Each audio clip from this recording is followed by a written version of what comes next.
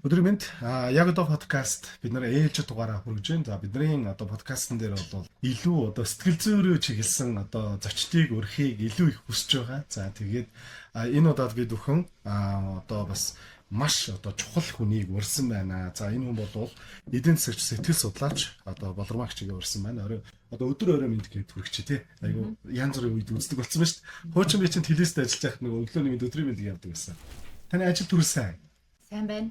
Хабар болох гал сэтгэл санаа жоохон тэнийх гээл их л айтайхан байна шүү дээ. Яг ингээд эдийн засагч одоо суур мэрэгчлээ хүн сэтгэл зүйч болсон суурь шалтгаанаа нэглээд шууд сонсч гэж бодож байна. Яагаад ийм тис хоёр өөр мэрэгчлийг ингээд хослуулад өөр дээрээ шингээд Эдийн засгийн мэрэгчлээ байсан. Эдийн засгийн мэрэгчлэр ерөнхийдөө 15 жил ажилласан. Тэгээд гинтийн тохиол хүний амьдрал баян тий нэг өдөр хүн өвддөг.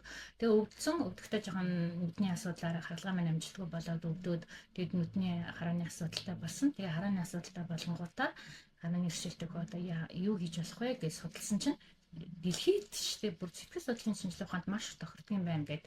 Тэгээ энэ мэрэгчлийг ингээд сурч ирсэн дээ.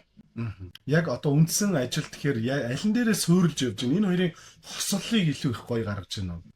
Ер нь бол та бүхэн одоо мэддэг бол ер нь эдийн засгийн суурилсан сэтгэл судлал үнэхээр гоё байдаг. Яагаад гэвэл сэтгэл судлал өөрөө тэр цаана байгаа тарих сэтгцийн үйл ажиллагаанд дундах логик процессыг олдог. Тийм болохоор тэр логик процессыг бий болгож хооронд нь уялдаа холбогдох тооход эдийн засгийн суурь мэрэгчл үнэхээр гоё ингээд юу болт юм блэ? Дэвсгэр суурь болт юм бэлээ.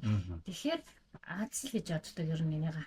За энэ бол яг би одоо таны одоо амьдралд туулсан байгаа энэ их замнал дундаас хэрэгцээтэй зүйлийг нь манай энэ үзэж байгаа хүмүүс олоод аваасаа гэсэндээ асуултууд асуугаад явъя гэж бодож байна. Эхлээд эдийн засгчаар ажиллаж байхад таныг ингээд бизнес хийх гэдэг юм эсвэл ажил хийж байхад ингээд тийм хэр их ачаал өөр дээрээ авдаг те хэр их одоо аз жаргалын одоо зүгээр мэдрэмжүүд заах тэр хараагүй болж байгаа хэсэг гэдэг бол тустай ойлголт шүү. Гэхдээ нөгөө ажлаас авж байгаа кафе хувьд ямар байсан бэ гэдэг асуулт байна.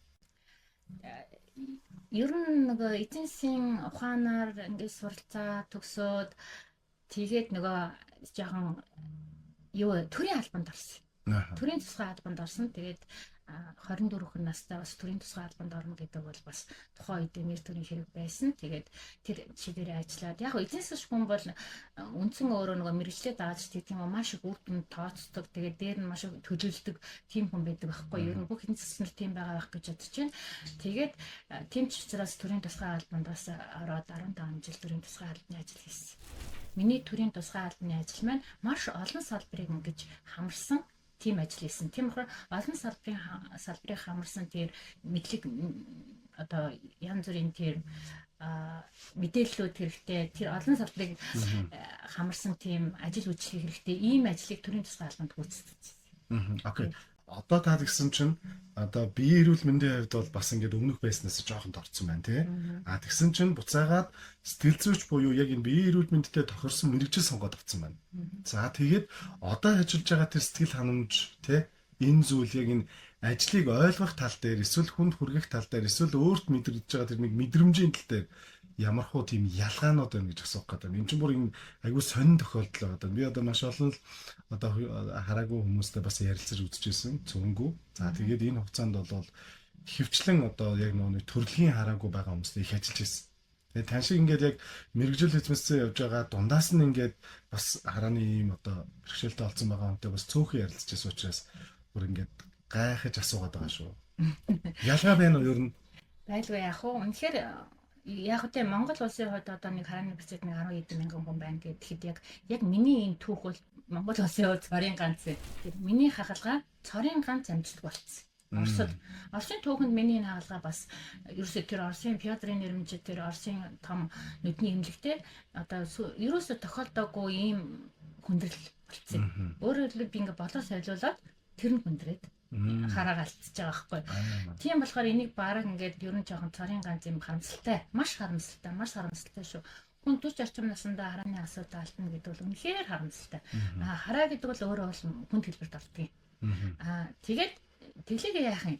Тэгээд яг хүн тухайд унана дараа нь яах вэ?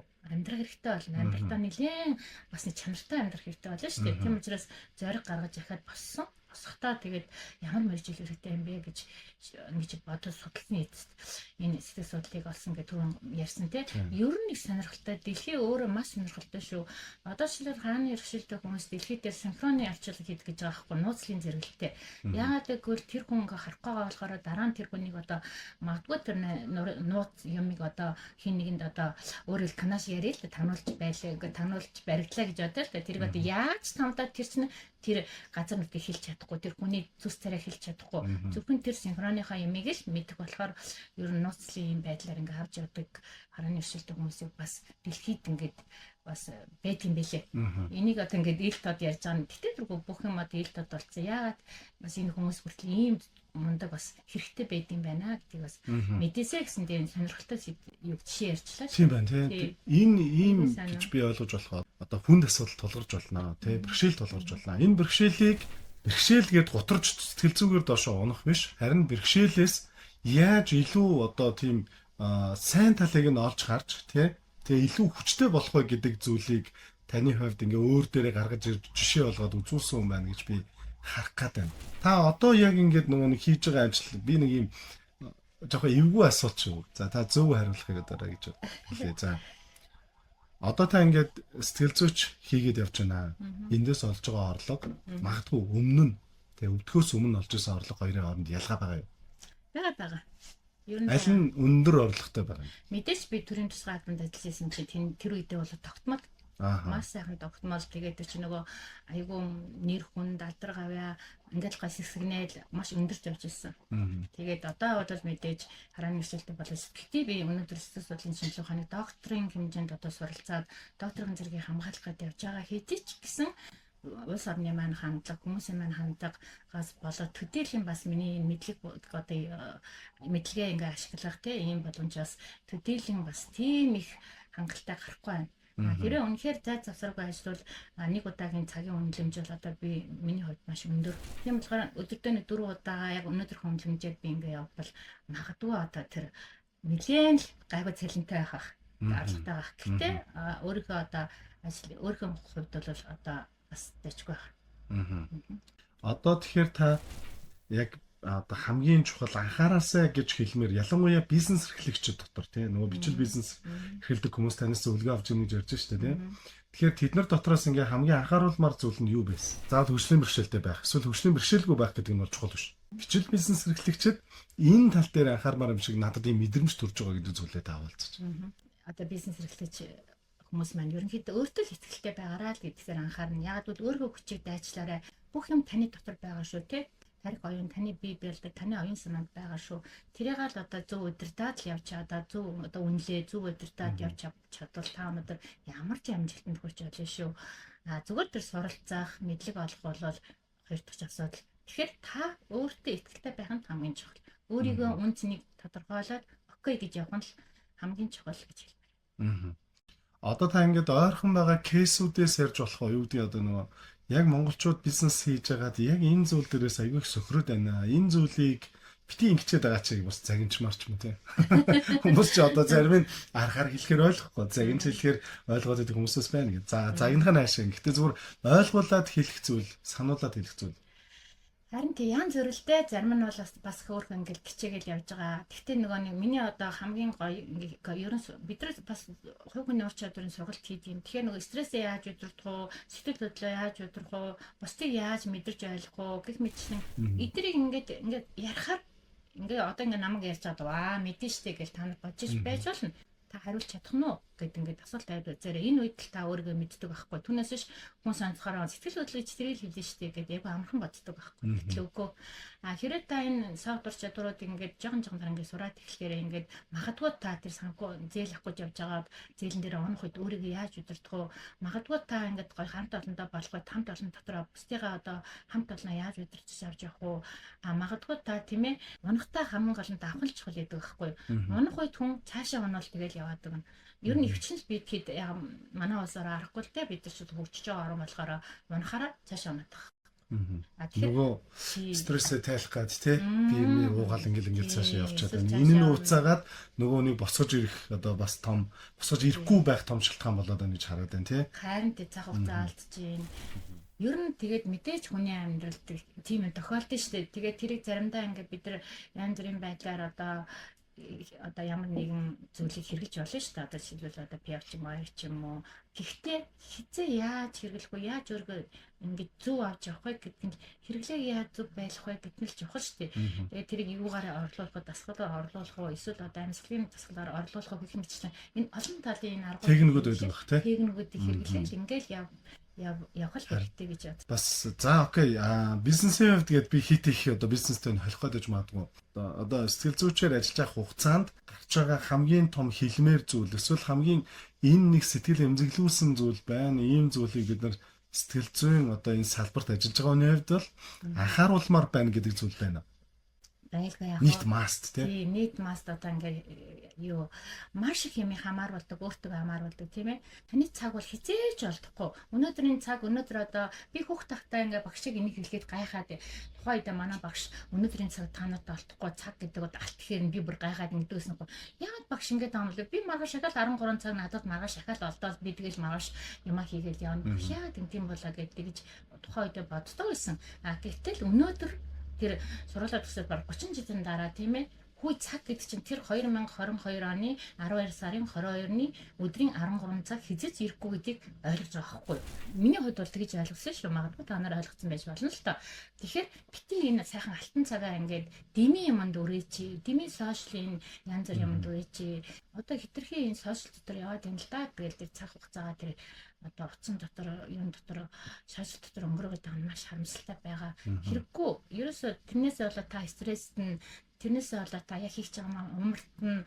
Тэрнээсээ болоод цаг хугацаагаа алдна. Тэгээд яг нь өнөөдөр чи алтан цаг дуусаад маргаашийн цаг ирэхгүй гэдэг л та бүхэн ингэ бодоосоо гэж аюух энэ дээр их хэлхийнсэн. Хаа яваа газар л хэлхийнсэн гэж боддог. Окей. За энийг бүр ингээд дахин хэлмээр байгаамаа. Тий одоо тэгвэл энэ зориулсан бид нар юм техникүүдийг бас эцэг эхчүүд гэдэг юм уу яг ингээд гаргамаар байна л гэж одоо бодож байгаа. Энэ зүйлээс ингээд зүгээр ингээ хилэнгүүт энэ хүмүүс хүлээж авах нь бас их муу байх юм байна тий.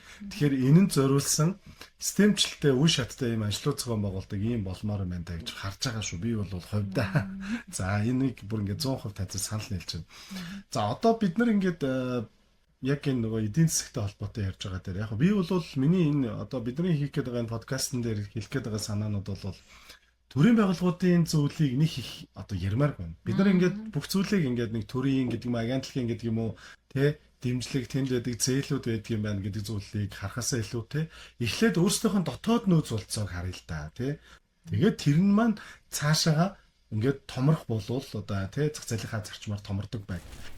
Яг иймэрхүү байдлаар бид нар ингээд хөгжлийн бэрхшээлтэй байгаа иргэд дээр хамтраад юу хийж болох вэ гэдэг дээр хоёлаа санаанууд яриа л да. Бас энэ чинь те янз янзын талаас нь хүмүүс олж харна шүү дээ бас. Миний надад одоо өнөөдөр маш их таалагдж байгаа нь та бүхэн Монгол эзэнтэй одоо энэ аж ахуйн нэгж байгуулах жижиг бизнесүүдтэй ийм холбоог ингээ байгуулах гэдэг нь чинь маш сайн биш шүү. Маш сайн байна. Тэгээд дээр нь энэ дээр сэтгэлгээний асуудал байгаа. Гол нь сэтгэлгээ буюу сэтгэл зүйн асуудал байгаа. Тэр нь юу гэхээр бид нар нүүдэлчин соёлтой ард түмэн тийм ээ. Тэгэхээр нүүдэлчин соёлтой ард түмэн бол дур дураараа өөр шийдвэр гаргахыг хүсдэг. Ягдвал тэр хот айлаа өөрөө л тэр гэрийн эзэн толгоолол газар нутгаа хараад одоо байгаль дэлхийг хараад өөрөө тэр малаа маллал өөрөө бүх юмаа удирдаал энэ олон жил явсан юм нүүдэлчин ард түмэн болохоор соёл нь өөрөө өөртөө нэг нэгээр шийдвэр гаргах хүсэлтэй байхгүй. Өөрөө л жоохон дараах жижигэн дарах болох хүсэлтэй байхгүй. Гэтэл энийгээ жоохон дарах хэрэгтэй байхгүй. Өнөөдөр би дарга байж болно, маргааш та дарга болж болно. Тэгэхээр хүлээд байж болно, нэг өдөр хүрнэ. Тэг хүрнэ гэдэг нь бол тодорхой гэдэгтээ итгэх хэрэгтэй. Яаж хүрэх вэ? Хинтээ цог хамт явах уу? Гэх нь таны одоо асуудал болчихсон. Харааны бэрхшээлтэй иргэдийн хамгийн олон ажлын байрыг бий болгож байгаа бизнес эсвэл салбар юу байгаа вэ? Яг харааны бэрхшээлтэй хүмүүс ерөнхийдөө юу яадаг л да. Одоо best массажийн төвгө бүтэн ингээд сүлжээ байгаа тийм ээ. Массажийн төв байгаа.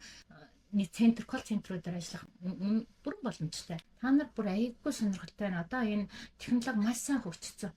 Одоо энэ компьютер дээр одоо банкд ажиллаж бүгд хүртэл байна. Монгол улстай ард банк ингээ ажиллаж чинь ер нь хийж чадахгүй ажил гэж алгадoo. Тэр орчуулга бол амар хийдэг шүү дээ. Гоё ажиллах залуучууд зөндөө байна.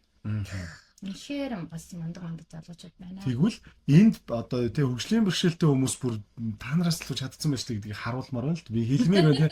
Тэгээ би танаас ингээ ухаад байгаа. Тэгээд яг нөгөө нэвтрүүлэг учраас ингээд яаж ухаа мэдэхгүй зарим зүйлийг ингээ гаргуулж ирэх гээл ингээ янз янзаар асуугаад байгаа. Тэгээд саяны яг тэр нөгөө бест массажны хэсэг бол монголчууд хийрээ яраа мэдэн тий ер нь хараагүй хүмүүсээр бариулах их гоё барьдаг, сайн барьдаг гэд хэлдэг. За өшөө яг ингээд супер амжилттай явж байгаа ийм бүр ингээд компани болоод хөгжсөн байгаа тийм одоо жишээ байгаа юу? Ямар ч нэг уянгийн 3 гэр гээд нэг өөр бэрхшээлтэй тулах хэрэгний бэрхшээлтэй байгаа залуу бол одоо тэр гэрийнхэн тэр гэрийн одоо бизнес хийж байгаа гэр одоо үйлдвэрлэх тийм ээ бизнес хийж байгаа та нар магадгүй ингээд фэйсбુક дээр аягүй хэрэг би өөрөө нөгөө гэр сонирхож байгаа болохоор би хувьдаа аялал жуулчлалын бизнес эрхлэж байгаа. Бусад одоо мэргэжлүүдээр сайн хэлсэн жишээ орчуулга болон бусад колл центр менежер төрийн байгууллагуудад буюу одоо банк манганд ингээд хийж байгаа. За окей та бизнес хийх гэж байгаа маань одоо тий. Харин. За энийг бас ингээд нөгөө бизнес ив ирүүл мөртлөө бизнес хийж чадахгүй бүр ажилдаа өглөө сэрээд ирж чадахгүй энэ нөхдүүдэд чихрүүн тонштол нэг хэлээд өгөөч. Та яг ямар бизнес хийх гэж байгаа хэдэн хүн ажилуулахын хичнээн хүнийг ажлын байраар хангachна гэж үзэж байгаа хичнээн төгрөгийг Монголдо үлдээж гэнэ гэж тооцоолж байгаа тэр тухай ойлоо жоох ярилцъя. Яг их сонирхолтой л та зүгээр яг би нэг юм бас ээжээс маань намайг яг өвдөнгөд 2010 онд ээж маань за одоо миний охингийн хараа нэршилтэл гэтээс болоод тэгээд компани надад өгсөн. Тэгээд ямар одоо бизнес төлөвлөж байгаа гэхэд бид нар 2000 ер нь ингэж байгаа нөгөө төлөвлөдөг гэдгсэн шүү дээ. Тэгээд төлөвлөж ирсэн. Тэгээд 2019 оноос ингээд төлөвлөгөө гаргаад аялал жуулчлалын бизнес хийж байгаа. Тэгээд аялал жуулчлалын бизнес дотроо эко эрүүл мэндийн аялал жуулчлал. Тэгэд эко эрүүл мэндийн аялал жуулчлал маань ерөнхийдөө яаж явах вэ гэхээр бидний 2028 онд ямарсан тэр нэг цомцог гэр бариад тэгээд тэр цомцог гэртээ одоо бясалгал яа одоо ерөөсөө л хүнийхээ энэ оюун ухаан энэ сэтгэл зүйн хандсан мэрэгжлийн ингээд бүрэн дайчилсан ийм ажлыг хийж байна. Тэгээ агаар буюу өдөө жоохон хотоос нэг 70-80 км тийм тэгээд тэндээ ингээд одоо маш энгийн байдлаар зохион байгуулаад тэгээд бясалгалыг одоо заа. Тэгээд бясалгалыг заахтаа сэтгэл судлалын шинжилгээ ухаан болон шашин дээр суурилсан санамсарын бясалгал гэж байгаа. Одоо дөнгөж одоо Монголд орж ирээд 2 жил болж байна. Одоо тэн дээр Нямсанбуу багш Батсангил гээд 2 одоо хүмүүс Монголд суралцж ирээд тэд нар одоо тэр хичээлийг сургалтыг явуулж байгаа. Тэгээ энэ маань ер нь хөтлийн бэрхшээлтэй иргэд бүх одоо түрүүний яриасан бүх зайлшгүй иргэд маань ямар одоо сэтгэл зүйн хувьд зөрчилд орсон байгаа лээ, ямар хэцүү юмыг давж байгаа лээ, өргөлгаасан, хүчрхийлдүүлсэн хамт насны тэгээ бүдөрөө л сэтгэл зүйн асуудалтай явж байгаа тийм ээ. Дээр нь манай энэ сайхан залуучууд эрүүл хүмүүс маань ч гэсэн одоо энэ бясалгал гэдэг одоо энэ зүйлийг одоо сураад та өнөөдөр сууж та хүртэл сэтгэл оюунаа удирдах сурч чадвас таны амжилт маш сайжирдаг байхгүй тийм сайжир. Тийм болохоор энэ ингэ заах хэрэгтэй. Окей. Хэдэн хүн ер нь ажлын байраар хангах вэ? Бидний ээлжинд бол мэдээж ганцхан гэртэй байна. Тэгээ нэг 3 ээлжийн бясалгалын төсөлийг заадаг менторуудтай байна. Тэгээд нэг жил орчим яваад бид нар ямарсан таниулах арга хэмжээг аавна. Тэгж жагаад хөгжүүл 3-4 хэдэн ч цамцаг гэр барихыг би таач мэдчихгүй. Таашгүй гэж. За. Амжилт хүсье. Бид нар одоо энэ нөгөө Монгол эзэнтэй бизнес эрхлэгчид гэдэг ийм холбоо жижигхэн холбоо байгуулсан үзээд явж байгаа. За манайхаар дамжуулаад бас тийм хэрэгцээтэй хүмүүс байвал бид нар бас танд ингээд олж өгөх хэрэгтэй юм байна. За манай холбоон дээр жишээ нь одоо ингээд бас байгаа. Таа ч гэсэн манай холбоонд бүр илсмээр юм байна. Бас ер нь бол бизнес эхэлж байгаа юм чинь. Тэгээ бидний хувьд яг энэтэй ч холбоотой би тань зүгээр ингээд нөгөө нэг хоёулаа ярилцж байгаа учраас тий сануулаад хэлмээр санагдаж байна. Ер нь энэ бизнес эхэлж байгаа хүмүүсийн хувьд бол ойрын 3-5 жилийн стратеги ингээд гаргамаар байна. Тий бизнес төлөвлөгөөнүүдийг заашгүй гаргах хэрэгтэй байна. Хідэн хүн яг ажиллахын дээд хүчин чадлаар ажиллавал хід хүрхийн гэдэг энэ томьёоллуудыг бүр ингээд суурьа сайн бэлтгэхгүй бол энэ дундаас бүгдөө ингээд шантардаг зүйлүүд эндээс гардаг гэж би бол харж байгаа тий бизнес эрхэлдэг хүн яг. Тэгээд яг энэ нөгөө бясалгалтай холбоотой асуудал дээр хэрэгцээнүүдээ ер нь яаж тодорхойлж байгаа. Одоо юу гэдэг ингээд за нэгийг барих юм байна. За хоёрыг барих юм байна. 10 гэр ч юм уу барих юм байна. За энэ хэрэгцээ өшөө цаашаа ингээд 10 жил, 20 жил, 50 жил үргэлжлэх үндсэн хэрэгцээ мөн үү? Эсвэл зөвхөн таны хүрээллийн хүмүүсээр ингэж явж байгаад та ингэж хийгээд тэгээд дуусгах бизнес юм уу гэдэг зүйл дээр та яаж харж байгаа? Таныг одоо урьсанд маш баяртай. Үнэхээр танай холбоонд орно гэж бодож байна. Ягаад гэвэл жишээ донд бизнес эрхлэгчдийн маань тэр одоо аж ахуйн нэгжийн аж ахуйгаа авч явах, хүний удирдахад сэтгэл зүйн маш их хэрэгтэй байдаг. хүн ингээд насандаа ингээд янз бүрийн байдлаар сэтгэл зүйн насны хөгжлөөгөө явж янз бүрийн сэтгэл зүйн байдлуудыг гаргадаг байхгүй. Тийм болохоор энэ бол хүн байгаа үед хизээж устдахгүй. Энэ бол маш ирээдүйтэй бизнес юм байна тийм. Ерөөсөө дэлхийд нөгөө нэг Европод орлож чадахгүй үлдэг 10 мэрэг шиг нэгэн сэтгэл судлаа. Өөрөөр хэлбэл энд байгаа та бид хоёулаа шал одоо харахад нэг эрэгтэй эмэгтэй гэсэн англи том англи байж болно. Мэргэжлийн хувьд одоо та сэтгүүлч би сэтгэл судлаас гэдэг англи байж болно. Гэхдээ хүнийхээ хувьд бол цорын ганц. Та цорын ганц би цорын ганц. Тэгэхгүй. Тэр нь юугаар ялах вэ? Сэтгэл мэдрэмжээр. Тийм болохоор тэр сэтгэл мэдрэмж бол хизээч үгүй болохгүй. Та яста чухал ирээдүйтэй бизнес хийж байгаа маань амжилтсан. Бидний зүгээс бас холбооны зүгээс ингээд тодорхой хэмжээгээр хамтарч ажиллах зүйлүүд байвал бас хамтарч ажиллаж болно шүү. Манай холбоон дээр бас ингээд жуулчны бааз ажиллаулдаг олон хүмүүс байдаг. Туршилт маягаар зарим нэг жуулчны бааз дээр маань яг энэ нөгөө гэрээ бариад эсвэл одоо тэр жуулчны баазуудтай аль нэг гэрээг нь те одоо аваад хариуцаж аваад гэж хэлэх гээд байгаа шүү. Тэгээд энэ одоо хэрэгцээтэй хүмүүсийг ингээд бясалгаж үзэх, ингэж оролдож үзэх ийм үйлдэлүүд ээж болно. Бид нар энэ нэг ийм холбоо болчингуудаа хамтрал хийя гэдэг байгаа зүйл маань ерөөсөө энэ.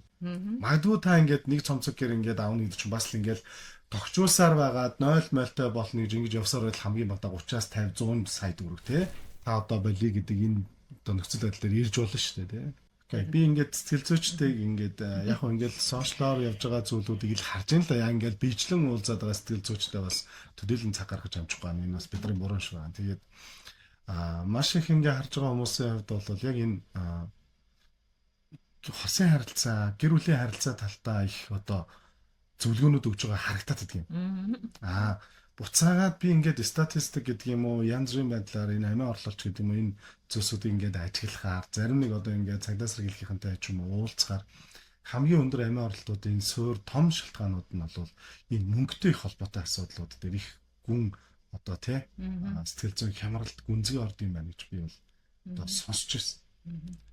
Тэгээ энэ тал дээр таны бодол одоо ямар байна? Ер нь бизнес эрхэлж байгаа хүмүүсийн сэтгэл зүй гэдэг бол ингээд тийм нэг мөнгөний холбоотой асуудлаас болоод бүр их навс унах ийм асуудлууд их гардаг юм байна гэж би хараад. Тэгэд энэнд бас та нэг жижигхэн одоо зөвлөгөө өгөхөд яаж зөвлөх вэ? Бид нар ингээд энэ одоо өрөнд орчиж байгаа ч юм уу эсвэл төр зургийн нэг мөнгөний риск те төлөвлөсөн хүссэн зүйлдээ хүрч чадахгүй байх энэ сэтгэл хөдлөлөөсөө болоод уулзах гэдэг юмнуудыг ер нь яавал дээр. Энэ бол маш олон янзын арга байгаа л да. Арга зүйж байгаа, олон янзын нөхцөл байдал байгаа. Тэгэхээр нөгөө нийтэд нь энийг одоо ингээд яг тийм байвал зүгээр биш хэлэх нь маш бүдүүлгэлтэй. Болохгүй, ер нь болохгүй. Яагаад гэвэл түрүүн би хэлсэн чинь та бүтэл царин ганц тийм ээ. Нөхцөл байдал, учир шалтгаан, үр дагавар хаана байгаа вэ гэдгийг нь олох нь чухал гэдэг байхгүй юу? Тэгэхээр нийтийн донд одоо яг тийм арга зүй гэж хэлэх нь жоохон бүдүүлэг. Зүгээр ер нь бол хүн одоо мэдээс уран босно. Амьдрал гэдэг маань өөрөө цаг хугацааг өнгөрөн амьдрал гэдэг маань зарим нь аж аргалын эрэлт мордлол гин зарим нь болохоор өвдгөрөө зовлон зүдгүүрийг давлаал гин. Гэхдээ энэ бүгд нийлжиж амьдрал гэдгийг хүн ойлгох хэрэгтэй. Амьдрал гэдэг маань дандаа аж аргалаар бэлхаатай бол тэр өдөр нэг өдөр тэр аж аргалтай бэлхаад яадаг лээ. Буруу бас явдаг тийм ээ. Дандаа зовлон зүдгүүр дараад байгаа бол тэрийг бас таах гэж бас маш хэцүү байдаг. Тэгэхээр эдгээр заавал ээлжтэй. Хизээ ээлжлгүй гэдгийг тааж мэдэхгүй би ч мэд. Гэхдээ хэрвээ та ямар ч тохоо одоо сэтгэл зүйн бизнесийн хувьдсан амжилтгүй болоход танд заавал гарц байгаа гэдэгт итэг. Танд туслах одоо найз нөхөд хамаатан садан одоо эсвэл одоо хин нэгэн хүн таны зам дээр ингээд хайж л байгаа. Туслах хүн байхгүй ч болно. Байхгүй ч болно шүү дээ. Тэгвэл танд мэрэгжлийн одоо сэтгэл судлаач, мэрэгжлийн эмч гэх мэтчлэн энэ мэрэгжлийн бас хүмүүс нь байж байна. Тийм болохоор энэ бүгдийг аль нэг нь таны хажууд байж л байгаа юм чинь та энэ бүгдийг ашиглаад тэр асуудлаас л гарахыг хичээх хэрэгтэй. Зөв юм ингийн техникүүд байдаг. Одоо жишээ нь би ингээд гэр бүлийн хувьд ингээд их нартайгаа муудалцсан гот манай хүүхэд кинон дээрээс харцсан. Өө ээж тоор муудалцаад байна. Ээж тайвшир шанти гэрэг нөгөө орс кинон дээр тэгдэм байл л да. Тэгдсэн тэрнийг үтцсэн манай хүүхэд баг маань шанти гэрэг тэгэхээр тайвширдгийн та гэж хэлжсэн. Тэгээ би зүгээр тэр шанти гэж хэлээд байгаа юм мэдэхгүй л дээ. Гэхдээ тэр шиг бид нар ингээд бизнес хийж байгаа хүмүүс те нэг юм одоо их хөрн их хүлээ залгуулагч юм уу те эсвэл ч тийм параллелонд байгаа. Энэ үед бид нар тэгвэл хамгийн түрүүнд яах хэрэгтэй вэ? Нэг жижигхэн техник хэлж өгөөч бас ингэ. Ингээд залбирх нь хайш юм тий одоо яах вэ нэг мэрэгчлийн өмсөл шүү дээ. Амьслын тасгал шүү дээ. Ерөөсөө амьсгалаар л зүг гаргаад зүг ингээл тухайн үед ямар ч тохиолд гэр бүлийн хэрүүлж бай, бизнесийн хүндрэлч магадгүй өнөөдөр та ингээд шийдвэр гаргасан чинь нэг юм гэсэн чинь таны төсөл амжилтгүй болно шүү дээ. Ямар хэцүү вэ тий гарахаа хэцүү шүү дээ. Нэг хоёулаа ингээд конкурсанд унахаар ямар байдаг вэ? Шалгалтанд унахаар адилхан шүү дээ. Тэр үе шалгалтанд унсан өнөөдөр бизнесмен одоо яаж амьсгал авах вэ? Та нэг зааж үлээ тасгал ерөөсөө хүн бол одоо юун дээрээ хэвлэл дээрээ гараа тавиал нөгөө 4-5 амьсгалаа одоо аавна нүдээр хандахгүй юу? Энэ жил ханихгүй ер нь ансан зүгээр юм да. Ер нь ингээд ханихгүй ч гэж болно. Тэгээд ер нь хамгийн гол нь тэр амьсгалаа нөгөө чагнах мэдрэх хэрэгтэй байхгүй. Яаж мэдрэх вэ? Бичсэн нааш түнбэх хэрэгтэй байхгүй юу? Тэгээд 4-5 амьсгалаа одоо хамраараа аавна. 4 тоолоод авна гэсэн үг шүү дээ. Тэгээд барина. 7-гийн танд барина. 7 хүртэл ингээд амьсгалаа барина. Цагаад амаараа гаргана. Эсвэл хамраараач гаргаж. Тэгэхэд яах нь? Бид цааш яах нь? Цааш татгаж чинь тий. Тий энэ. Яг яагаад энийг хийж байгаа гэхээр 4 7 8 гэд нэг хэдэн тоо байна. 20 байж баг 11 19 тоод 19 хүн 19 тоолж байгаа хооронд бүх юм ингэж 19 тоолж байхдаа нааш би стен дээр гончлаа гэж бодохгүй шүү. Давхар хоёр нь бодож чадахгүй байхгүй хүн. Бодож чадахгүй байхгүй. Тийм ээ зөвхөн нэг амьсгалаа бодоо. Зөвхөн амьсгалаа бодно. Тэгээ гидснийхээ амьсгалыг бодоо. Хооронд хүний оюухаа өөр ахгүй. Тайвшрал өөрөө тарих өөр ингэж яадаг байхгүй. Намд шийдэг байхгүй. Өөрөөр хэлбэл стресс менежмент бол стрессээ зохицуулах хичээл дээр дандаа энэ бодлыг өөрчилж, бодлыг таслах байдаг байхгүй. Хүн бодлын тамтан байхгүй. Дан бодно. Ингээл нэг юм бодно, ингээл нэг юм бодно. Ачуурмаар юм байл яг саяныхын нэрээ хиймээр юм биш үү? Бас яг ингээ үдсэн чинь болж байна. Тэгээд яг ингээ орчноос жоохон тасарчт юм биш үү? Тий яг ингээ амьсгалж байгаагаа мэдрээд ингээ 7 8 гал тэр хаа сая би нөгөө нэвтрүүлэгт орж байгаагаа мартчихж байна. Энэ нүдэн айсан хэдхэн секундэд тий. Энд чинь 20 тоо гэж маш их тоо шүү дээ. Зөв окей. Тэгвэл ядч наацхийн ийм тасгал хийж мэр юм биш үү? Тий аль ч тохиол. Гэтэ богино байж байгаа. Атуусан гэсэн та ингээ явчихсан гэт тархинд чи айгүй муухай бодол ороод ич болно шүү дээ. Хат гэж ороод нааш гэх оронд гэдэг. Гэл ингээл сууж байгаа ингээ мартаа муугаагүй даалгуулаад. 4-5 дээр подкаст хэлэх юм нэвтрүүлэг хэлэх юм ярьчихсан шүү дээ. Нөгөө бид нар ер нь нэг ийм хүчийг хаанаас авах юм? Тэгээ заавал мөнгөтэй байж бизнес хийх хэрэгтэй юм уу тий? Мөнгнөөс өөр хүч юу байж болох юм? Энэ одоо та бүхэнд бас нэг юм хэлж л та яг өдөрө тэнгэрлэг их хүч гэдээ би энийг хэлээд байгаа юм биш. Энийг Австралийн нийт судлаач энийг бүр ингээд яатсан байхгүй юу? Одоо ингээ онлын хувьд баталсан байхгүй юу? Тэгээ тэнгэрлэг их хүч гэдээ одоо ном байгаа. Одоо нэг сонсдгоор. Тэр зохиолоор нь та нар ингээ сонсоод үзээрэй. Маш сонир. Тэр тэнгэрлэг их хүч гэдэг ингээ хайгаад байгаа тэр хүч хаана байх вэ? Таны дотор байна. Гэдгийг тэр ингээд айгуу гоо жишээр ярьсан баг. Тэр магадгүй та нар энийг сонсоод уншаад байна. Тэгэхээр танихаар бол бизнес хийж байгаа хүмүүст 4-5 төрлийн яриа одоо таны одоо хэлж байгаа дүгнэлтчсэн бизнес хийж байгаа хүмүүст илүү Монголд бол мөнгнөөс илүү өөрт байгаа хүч чинь илүү хүчтэй гэж хэлэх гээд байна тийм. Өөрийгөө удирд. Өөрийгөө зөв удирд. Тэгээд мэдлэг хэрэгтэй.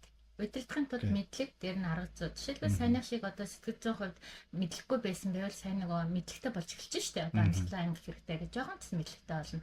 Цааш нь та үргэлжлүүлээд мэдлэгийг бүр олох маш олон аргатай болсон. Шоошоолыг ашиглаж болж байна. Эсвэл та өнөөдөр ингээд сургалтанд бас дотроо цагаа өрөөд, мөнгөө өрөөд одоо ингээд суух хэрэгтэй. Өөртөө цаг гараа суух хэрэгтэй. Тэгээд тэндээс нэг өгүүлбэр нэг одоо аргыг л олбод болоо. Түүнээс ч тэрийг ингээд бүгдэнд нь төгс өдөр сураад гараад бүгднийг нь окей болгоно гэж энэ ертөнцид байдаггүй. 2 цагийн лекц юм уу 2 цагийн сургалтаас нэг өгүүлбэр олж авсан байхад танд өгөөж гэж хэлэх юм байна тий. Нэг чухал. Маш чухлыг ингээд олгоод авч чадвас тэгээд байна.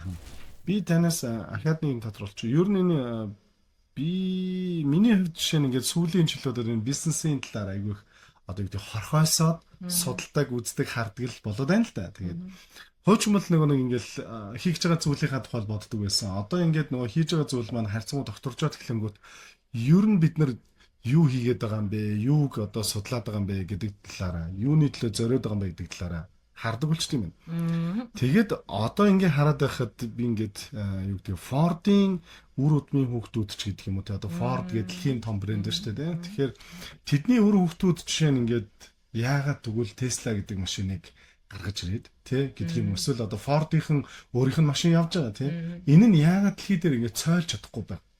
Гэтэл зүгээр нэг энгийн мөнгөгүй байсан айлын хүүхэд тий Ингээд энэ Facebook-ийг ч зохиогоод тэр энэ Tesla гэдэг машиныг ч зохиогоод тий мөнгөгүй байсан Jack Ma гэдэг хүн жишээ нь юу гэдгийг одоо нөгөө гологдоод гэдээ ярьж идэг шүү дээ тий нөгөө KFC-д орох гээд 30 хүн шалгалт өгсөн чинь 29 аваад нэг нь үлдсэн Jack Ma байсан гэх шиг ингээд түүхүүдээ ярьдаг. Тэгээд яагаад тэгвэл мөнгөгүй байсан хүмүүс илүү хүчтэй сэтгэл зүйтэй хүчтэй энэ бизнесүүдийг гаргаж ирж ингээд бүр ингээд дараа чи уюудад ингээд одоо босгож ирдэг бэ гэдгийг та өөрийнхөө зүгээс биднэрт ингээд хэлж өгвөл та энэ тал дээр ер нь боддог уу? Ер нь энэ зүйлийн зүй тогтлыг баталгүй яах вэ? Ер нь амьдрал дээр сэнцэгдэж шүү дээ 10 жилд хамгийн манай ангийн хамгийн сахилахгүй хамгийн муу сурдаг хамгийн одоо хулиган ийм хүүхэд дандаа л амжилтанд хүрсэн байдаг. Нөгөө онц сурлагтай нөгөө математикч нөгөө хүүхдүүд маань ерөнхийдөө амьдрал жоохон гондохоо явж идэг энтер гэл ийм бас байдаг л хийсэн тохойд. Тэгээ бисэн тохойдоос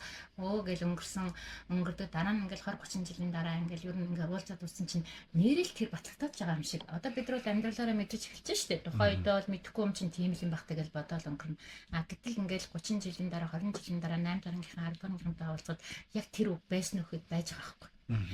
Яг таны яг асуугаад байгаа юм бол би бол яг шинжлэх сэтгэл судлаач хүнийхээ хувьд бол хүн өнөөдөр хамгийн одоо хинтсэн Эйнштейн хэлсэн байдаг шүү дээ. Хүн өнөөдөр агуу ухаантайтай биш, агуу одоо тэр мундагтай биш. Хүн ерөөсөө сонирч явах хэрэгтэй гэж байна. Маш сонирч. Сонирч байхад ирэхээрээ хүн энэ юмыг ингээд сонирхоод үзээд ирэхээрээ маш олон янзаас нь хардаг. Сонирхож штеп. Тэгээ олон талаас нь хардаг. Энэ аяг магадгүй чи ингээд баян айлын хүү байл гэж бодъё л та. Гэтэл чамд энэ аягийг аваад өгөхөд чи энийг төдийлөн сонирхгүй штеп. Өдөр болгон ирдэг аяг. Нэг ингэ санаанд нэг орохгүй нэмэйгэн би удаг юм байна. Гэтэл нэг жоохон зурдгуурхан айдын одоо юм аягийг аригч хоорондоо булаасаад хамгийн гоё нь авч удаг тий төрүүлж босно гоё нь авч удаг ч юм уу ийм байдаг шүү дээ амьдрал. Нэг 5 6 хүүхэдтэй төдийл нэг ганцхан гоё аяхтай тэрийг баг төрүүлж босно муунч гэдэг юм уу тий. Тэгэхээр нөгөө хүүхдүүд яах нь би төрүүлж ирж босох юм байна. Ит босчиж би маргааш өглөө босч энэ аягийг авч уух юм байна гэсэн итгэл үнэшил эсвэл зориг төрж байгаа зү.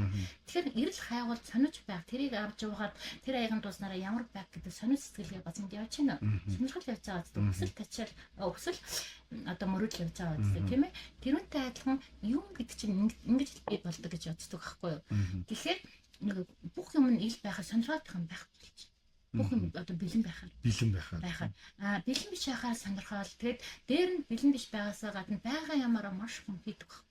Маш олон янзаар ашигладаг. За бизнесүүд сэтгэл зүйн хувьд ер нь бол хамгийн одоо саяны таны сүүлийн хэлж байгаа үгтэй холбоотойгоор би асуух гэдэг.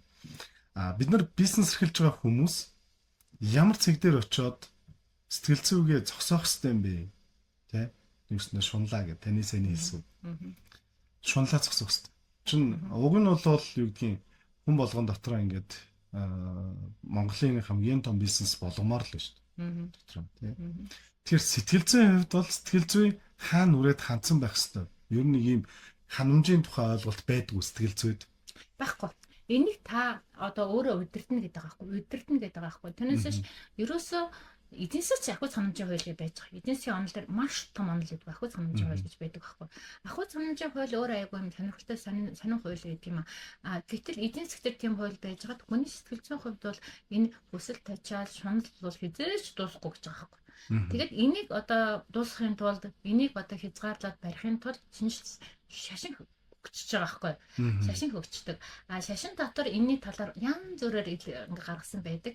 Тэгэхээр нөгөө тэр шашнаараа ингээ явахгүй байлаа өөрийгөө шашингүй хөдлөж юм өөрийгөө хүн босны хувьд ялангуяа энэ одоо бизнесмен хүмүүс бол нэлээх ажил төрөл хийчи өөрийгөө нэлээд олоод таньцсан тийм ээ ингээд өөрөө ажил үйлчлэгээ хийчи дээр нь бас хүмүүсийн ажил үйлчи дээр нь санхүүгийн хувьд ийм бай тийм бай гэсэн юм зориг алсын хараа гэдэг юм хүртэл мэдсэн ийм хүмүүсийн хувьд бол өөрийгөө удирдна. Түүнээс хүний хүсэл тачаад хизээч дуусахгүй. Тэрнээсээ болж нөгөө зовлон дундаг гэж байгаа. Зовлон буюу та өнөөдөр 1 метр одоо 80 өндөртэй 70 сантын өргөнтэй байж та юуны төлөө амьдраад байгаа юм бэ гэдэг эргээ бодоход тэр үед бол хүн бол заа гэд тэгээд нөгөө өгкомаа өгнө гэд одоо тэр бид нар энэ тухай надаас асуухгүй дэлхийн энэ олон саятан олон тэр бомбнуудын хийж байгаа үйлдэлтэй гаргаж байгаа гаргалгаа харахад л та нар ойлгоно. Яг хандуулна туслаа одоо бусд дүүгэн эргээд ингээ хараад нэг нь одоо зарим нь тэр зовлон тоохгүй гэхдээ хүсэл зориг байх хэвээр. хүн өдөр тутмын тэмүүлэн өнөөдөр би нэг 2 давхар байшин барьчаад хүний хүсэл дуустдаг гэж байгаа. Ингээ харахаар маргааш 3 давхар байшин барьмаар гэж санагдаад. Тэгээ барьж эхэлнэ. Тэгээ ингээ барайлын ингэсээр гал одоо хэдэн давхар жигэн чадвар нэмэгдээл хүн өөрөө тэгнэ. Тех ёстой. Хэрэг тийхгүй тэр гой хүсэл одоо тэрийг мөрөөдлөө биелүүлж чадахгүй тэр өөрийнхөө чадварыг одоо цааш нь ажиллахгүй тэр цаг яаж өнгөрөх юм бэ? 2 давхар байшингаа хараад санаалтаа сууж байгаа. Суухгүй байхгүй. Ерөөсөө энэ ажил хэрэгч одоо энэ хөдөлмөрлөг ийм хүмүүс л ерөөсөө нэг басны дом юм шиг л явна. Ер нь дом юм шиг. Тийм байцаас Tesla ингээд нэг програм зохиочлоо. Ингүүл ингээм байна, ингүүл ингээм гэж хүний оюун ухаан хөгжөөлээ. Оюун ухаан чинь ингээ бид нар 3-4 хувийг ашиглаж байгаа шүү. За баярлалаа. Бүр маш хэрэгтэй зүйлүүд бас ярилцаад авлаа. Дараагийн одоо удаад бас ахаад хоёлаа ярилцъя. Танд бас өнөөдөр ирж бид нартай бас энд ярилцлах одоо өгсөнд маш баярлалаа. Ер нь цаашдынхаа бизнест ч бас амжилт хүсье. Бизнес дээр бид нартай ингээд ярилцмаар хоршмоор зүйлүүд ажиглагдаж гинөө. Бид нар сая бас тодорхой хэмжээгээр танд бас жижиг зүйлүүдийг ярьлаа тий. Энэ тал дээр нэг бастаа санаагаа илүүж тэгээ хоёлаа подкаст аваад. Надад бол одоо бас санал байна л да. Тэгээ танай холбооны хувьд бол ялангуяа жижиг дунд бичил бизнес эрхлэх гээд байгаа хүмүүсийн хувьд бол энэ байгууллагын сэтгэл судлал, удирдлагын сэтгэл судлал, хувь хүний сэтгэл судлал дээр нь одоо бас одоо энэ магадгүй тэр цаанда гэр бүл ч юм уу гих мэдсэн сэтгэлийн салбар шинжилгээ ухаануудаас одоо ямар нэгэн сургалт авъя гэвэл одоо бүрэн нээлттэй байгаа. Манайх одоо энэ чиглэлийн бүх сургалтуудыг явуулдаг. Зөвхөн удирдлагын төвшний танаа одоо удирдлагын төвшний 3 хүнд тусдан заагаад өгч болно. Эсвэл байгууллага дотор байгууллагын зан төлөвийг чинь тодорхойлоод өгч болно. Танах ийм зан төлөвтэй байгууллага юм байна. Ингэж яв гэд ингээ заагаад өгч болно. Хувь хүн тэр дотор байгаа хүмүүсийн хоорондын харилцаа тий энийн зааж өгч болж байна. Дээр нь одоо ажлаас хашгын эмгэг гэд байна тийм ээ. Ямар их хүн ингээ ажлаас хашгын эмгэг тусчдгийг яагаад ингээ хүмүүс ингээ ажлаас хашаад ажиллаа хийхгүй бүтээлч байдал буураад байна тий. Энэ дээр бас ингээ софтвер чадварын сургалтуудыг хийдэг. Тэгээ энэгээр бас ингээд сургалтыг одоо хийгээд биднэрт одоо бас сургалт авбал бас манай бизнес хөгжих гээд шүү. Тэгээд сэтгэл зүйн зөвлөгөө ганцаардсан болон гэр бүлийн сэтгэл зүйн зөвлөгөө ингээд авбал бас хөгжих гээд шүү. Окей, баярлалаа. Бид нар яг холбооныхоо нөгөө групп дотроо таныг одоо илсүүлээд тэгээ бас яг танай утас хаягнуудыг тавьчих. За тэгээд MJL гээд энэ холбоон дээр жишээ нэг юм хэд хэдэн зүйлүүд ингээд үргэж байгаа хүмүүстэй. Ер нь ямар арга хэмжээг аваад байна вэхээр жижиг бизнесүүд дээр байгаа хүний нөөцийн хуулийн за тэгээ маркетингийн за нэгтлэн одоо санхүү бүртгэлийн гэдэг юм уу те иймэрхүү одоо үндсэн хүмүүсийг бид нар холбоон дээр цалинжуулаад ажилуулж байгаа. Гэтэл ингээд юу гэдэг нэг юм 5 хүнтэй ч юм уу 10 хүнтэй ч юм уу те бизнес эрхлэгч заавал хүний нөөцийн оронтой ч юм уу хуульч байхгүйгээс болоод буруу гэрээ байгуулга эсвэл зөв хүнээ олж авч ажилуулж чадахгүй байх ийм хүндрэлүүд байгаа. Тэгэхээр энэ хүндрэлүүдийг жишээ нь бид нар холбоон дээр ингээд шийдэж өгч байгаа. Манай холбооны гишүүн болоход үнэгүй. Гэхдээ яг тэр хэсгийнх нь үйлчлэгийг авахд ердөө нэг 50-150 мянган төгрөгийн ч юм уу сар болгон хурамжаа төлөөд тэр хэрэгцээнүүдээ хангуулаарай. Энгүүрээ дамжуулаад тий. Яг ингэж явах юм бол энэ маань өөрөө бас маш олон хүмүүст ингээд бизнесээ цааш нь зөв удирдахад бас ингээд тодорхой хэмжээний бас дэм болоод явж байгаа. Тэгээд дээр нь хамгийн гол хийж байгаа концепц бол одоо гол зорилттой ажил бол бизнес эрхэлж байгаа хүмүүсийнхаа яг энэ нөгөө нэг системчлэлийг хамгийн түрүүнд хийж өгөх гэж бодлоо. Ерөөсөө компани гэдэг чинь бизнес гэдэг чинь өөрөө систем байж цаашаа явна гэхээс биш одоо эзэн төвтэй байгаад байх нэг 3 хүнтэй 5 хүнтэй нэг өрхийн одоо бизнест бол окей болоод байна. Энэс жоохон томруулчих гэхээр л асуудал руу орчих гээд байгаа. Тэгэхээр яг энэ жоохон томрох гээд байгаа хэсэг дээр нь бид нар системчлэлүүд ингээ хийж өгөө зөвлөөд байгаа. Тий, яг тэр процесс менежментүүдийг гаргаж өгдөг. Ингэж чиглүүлээд эднэрийгээ бас ингээ боожих одоо хэлбэрт нь бас дэмжлэг үзүүлээд явж байгаа. Тэгээд та нар маань ч гэсэн бас бид нартай ингээд холбогдмоор хүмүүс байвал бас манайх руу холбож өгöd байгаарай тий. Ингээд хамтын ажиллагаа цаашаа урт үргэлжлэх байх. Та бүхний ажил бизнест амжилт хүсье. Өнөөдрийн ярилцлаганд ирсэнд маш баярлалаа. Баярлалаа. Тэгээд нөгөө бүх одоо бас бизнес эрхэлтгүүч бүх Монголын ард түмэнд удахгүй болох одоо баяр мэндийг хүргэнгээ бүгдэнд нь аз жаргал хүсье. Бүх юм урд чинь байгаа шүү гэж ерөөё. Бас бүгд таны дотор байгаа тий. За баярлалаа.